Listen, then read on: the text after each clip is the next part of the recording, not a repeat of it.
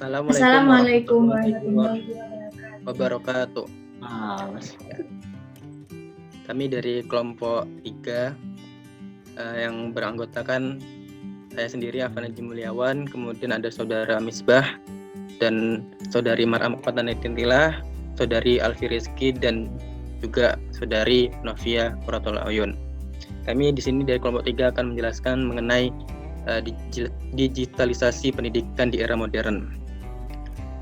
Sebelumnya digitalisasi sendiri adalah proses yang mengambil benda fisik dan membuatnya menjadi sebuah digital.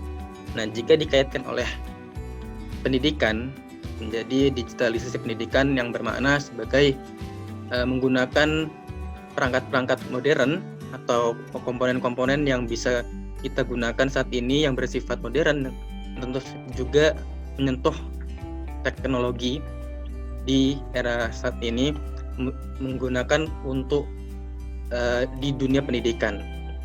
Seperti kita dapat menjumpai saat ini adanya HP, adanya laptop, dan adanya berbagai macam alat-alat yang dapat menunjang kesuksesan pendidikan saat ini. Nah, dari pendapat Menteri Pendidikan sebelumnya, yakni Bapak Nadiem Makarim sendiri menegaskan bahwa digitalisasi pendidikan adalah suatu hal yang sangat penting untuk kemajuan pendidikan di Indonesia saat ini. Mengapa? Karena hal ini tidak bisa dipungkiri, tidak bisa dihalangi atau tidak bisa diabaikan karena semuanya sudah masuk ke dalam digitalisasi, mulai dari pendidikan, ekonomi, politik, budaya, dan segala macamnya semua sudah menyentuh digitalisasi. Nah, oleh karena itu kita sebagai manusia, tentunya masyarakat Indonesia juga harus menggunakan digitalisasi untuk di bidang pendidikan seperti itu. Nah, saat ini pun sudah banyak tersebar berbagai platform yang bisa kami gunakan atau bisa kita gunakan, yakni seperti adanya Zoom yang sedang kita pakai ini, kemudian ada Google Meet, kemudian ada juga Google Classroom, dan juga di website kita juga bisa menggunakannya, memanfaatkannya untuk menunjang pendidikan. Nah, bagaimana dengan di waktu-waktu yang akan datang? Mungkin saja bisa lebih canggih lagi gitu, mungkin bisa menggunakan cukup dengan HP atau cukup dengan jam tangan yang kita bisa menvisualisasikan apa yang ada di dalam jam tangan tersebut. Nah, itu bukannya suatu hal yang tidak mungkin, akan bisa lebih baik lagi bahkan di kedepan harinya. Nah, ini adalah tantangan bagi kita semua, tantangan bagi para guru-guru, para siswa-siswa, dan para masyarakat Indonesia sekalian untuk dapat mengikuti kemajuan zaman dan kemajuan teknologi saat ini. Oleh karenanya kita juga harus menggunakan dengan sebaik mungkin, menggunakan dengan hal positif dan mempergunakan sebaik mungkin digitalisasi ini dan apa yang telah kita tujuankan, apa yang kita telah rumuskan atau kita rancangkan buat kesuksesan kependidikan Indonesia akan terwujud seperti itu. Selanjutnya akan dilanjutkan oleh saudara Misbah Surur mengenai tentang dampak dari digitalisasi ini. Oke, di sini saya melanjutkan penjelasan apa yang telah dijelaskan oleh Mas Afan tadi. Nah, di sini saya akan menjelaskan tentang poin pengaruh media pembelajaran kepada efektivitas belajar. Ya, langsung saja. Secara umum, manfaat media pembelajaran adalah memperlancar interaksi antara guru dengan murid, sehingga kegiatan pembelajaran lebih efektif dan juga lebih efisien. Sedangkan secara khusus, manfaat media pembelajaran adalah yang pertama, penyampaian materi pembelajaran dapat diseragamkan. Dengan bantuan media pembelajaran, penafsiran yang berbeda antara guru dapat dihindari dan dapat mengurangi terjadinya kejanggalan informasi di antara siswa. Nah, terus yang kedua adalah proses pembelajaran menjadi lebih jelas dan lebih menarik. Nah, media dapat menampilkan informasi melalui suara, gambar, gerakan, dan warna. baik secara alami maupun manipulasi, sehingga membantu guru menciptakan suasana belajar menjadi lebih hidup, tidak monoton dan tidak membosankan. Nah, terus yang ketiga adalah proses pembelajaran menjadi lebih interaktif. Dengan media akan terjadi komunikasi dua arah secara aktif. Sedangkan tanpa media, guru cenderung bicara satu arah. Yang dimaksud di sini adalah gurunya itu bicara sendiri gitu loh. Muridnya nggak dipeduliin. Nah, terus yang keempat adalah efisiensi dalam waktu dan tenaga.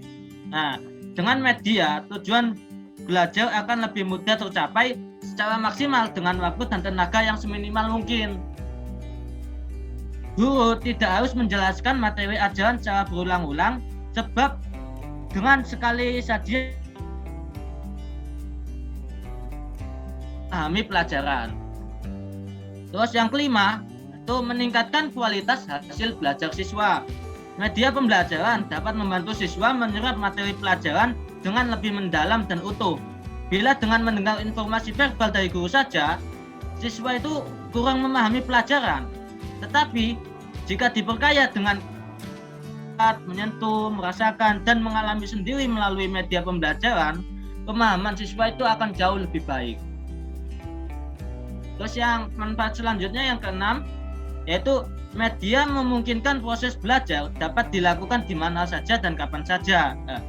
Media pembelajaran dapat dirangsang dengan sedemikian rupa sehingga siswa dapat melakukan kegiatan belajar yang lebih leluasa dimanapun, kapanpun, tanpa terganggu adanya seorang guru. Nah, yang nomor 7 itu media dapat menumbuhkan sikap positif siswa terhadap materi dan proses belajar. Proses pembelajaran menjadi lebih menarik sehingga mendorong siswa untuk mencintai ilmu tersebut dan gemar mencari sendiri sumber-sumber ilmu pengetahuan. Nah, terus yang ke-8, ini yang terakhir ya. Itu mengubah peran guru ke arah positif dan produktif. Nah, guru dapat berbagi peran dengan media pembelajaran sehingga banyak memiliki waktu untuk memberi perhatian pada aspek-aspek edukatif lainnya, seperti membantu kesulitan belajar siswa, pembentukan kepribadian, terus meningkatkan minat belajar, dan lain sebagainya. Nah, mungkin itu saja dari manfaat media pembelajaran yang bisa saya sampaikan. Selanjutnya akan dilanjutkan oleh teman saya yang lain. Berkembangnya revolusi industri 4.0 secara tidak langsung mendesak kita para pengajar, para pendidik untuk melakukan pembaruan, melakukan inovasi dalam bidang pendidikan, yang tentunya bidang pendidikan yang dapat selaras dan dapat bersaing di masa depan. Kami menawarkan sebuah inovasi dalam bidang metode pendidikan yang mana dapat membantu untuk mempermudah dan juga memperlancar kinerja guru serta dalam menyampaikan pendidikan. SmartWord merupakan salah satu aplikasi inovasi kami yang mana SmartWord ini akan dihubungkan dengan buku bahan ajar pendidikan agama Islam dan akan mempermudah siswa dan juga guru untuk menelaah pendidikan agama Islam nantinya. Dalam SmartWord ini kita di dalamnya ada beberapa aplikasi-aplikasi yang mana diantaranya adalah sebuah scan yang nantinya untuk menyeken sebuah barcode yang ada di dalam buku, dan di lain itu juga ada teknologi Bluetooth yang mana nanti akan menyambungkan di layar proyektor dan juga lain-lain. Dan SmartWord ini tentunya tidak datang dari lembaga sekolah itu sendiri. Kami akan berusaha untuk bekerja sama dengan Dinas Pendidikan yang tidak lain adalah gunanya untuk menunjang pendidikan di Indonesia. Sehingga pada masa depan nanti diharapkan dengan adanya SmartWord ini, semua lembaga pendidikan dapat menerapkan pendidikan yang dapat mudah untuk dipraktikkan tanpa memberatkan guru dan juga mudah untuk ditelaah oleh siswa.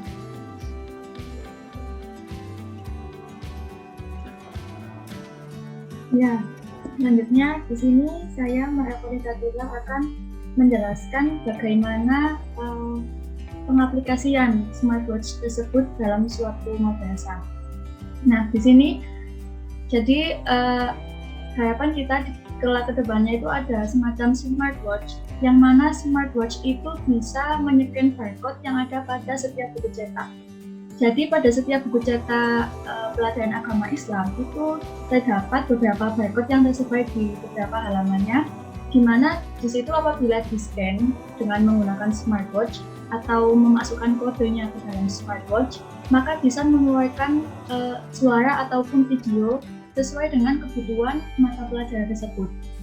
Contohnya pada pelajaran fikih. Pada pelajaran fikih seumpama saat materi haji. Nah, ketika materi haji, maka bisa ketika barcode tersebut di-scan, maka bisa mengeluarkan suara, contohnya bacaan ketika niat haji ataupun bacaan talbiyah dan semacamnya, dan videonya bisa mengeluarkan contoh manasik itu bagaimana. Video dapat dilihat di smartwatch, tetapi apabila dirasa kurang leluasa, maka bisa disambungkan ke Bluetooth laptop. Jadi antara smartwatch dan laptop itu saling berhubungan. Kemudian untuk audionya itu bisa melalui AirPods yang juga lewat Bluetooth. Kemudian kalau pada pelajaran akidah akhlak itu bisa digunakan sebagai pembacaan Asmaul Husna, kemudian sifat wajib Allah, sifat jaiz Allah, dan lainnya. Kemudian ketika pada pelajaran Quran hadis bisa digunakan contoh membaca bacaan tajwid yang baik, ataupun contoh membaca dengan qiraah yang baik menurut beberapa imam, kemudian bagaimana membaca hukum tajwid yang benar, begitu. Jadi siswa tersebut akan mendengarkan bagaimana pembacaan tajwid yang benar.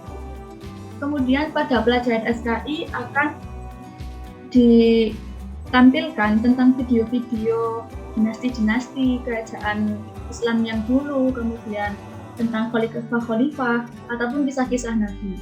Jadi intinya pada penggunaan smartwatch ini, smartwatch itu bisa digunakan setiap siswa dimanapun berada. Kemudian ketika siswa tersebut ingin belajar tidak hanya di kelas, ketika di rumah pun bisa menggunakannya.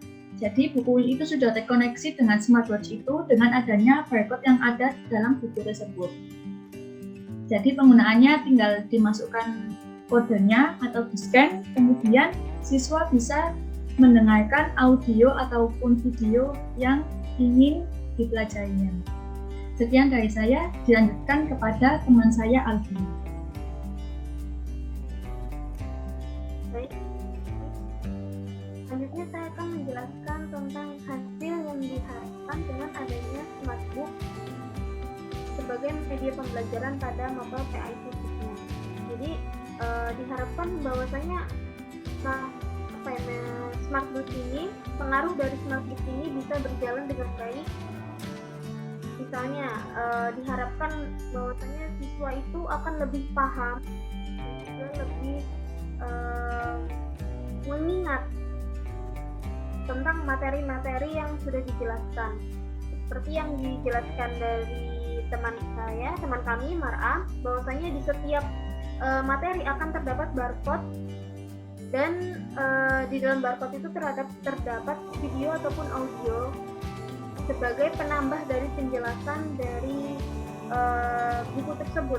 Nah, ini diharapkan bahwasanya siswa nanti tidak hanya mengangan-angan dari penjelasan seorang guru, tapi bisa melihat dan juga bisa memahami, mendalami. Selain itu juga biasanya siswa kan kalau misalnya baca buku itu hanya bisa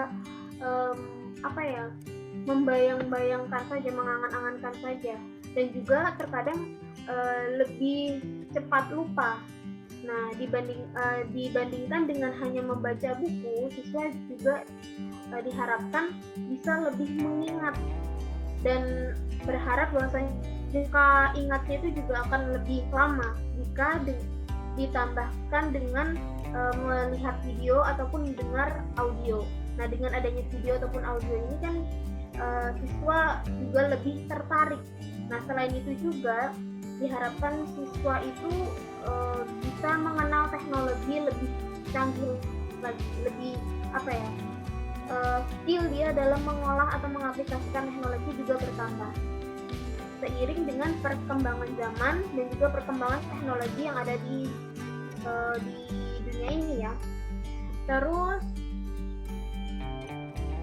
selain itu juga memudahkan guru dalam menjelaskan materi yang terkadang guru itu juga sulit untuk menjelaskan kepada anak-anaknya, dan juga terkadang siswa itu tidak semuanya dengan hanya membaca buku bisa mengerti. Nah, dengan adanya audio atau video ini, maka bagi siswa yang dia tipe anak yang audio visual, maka dia akan paham dengan apa yang dipelajari. Ya, terima kasih.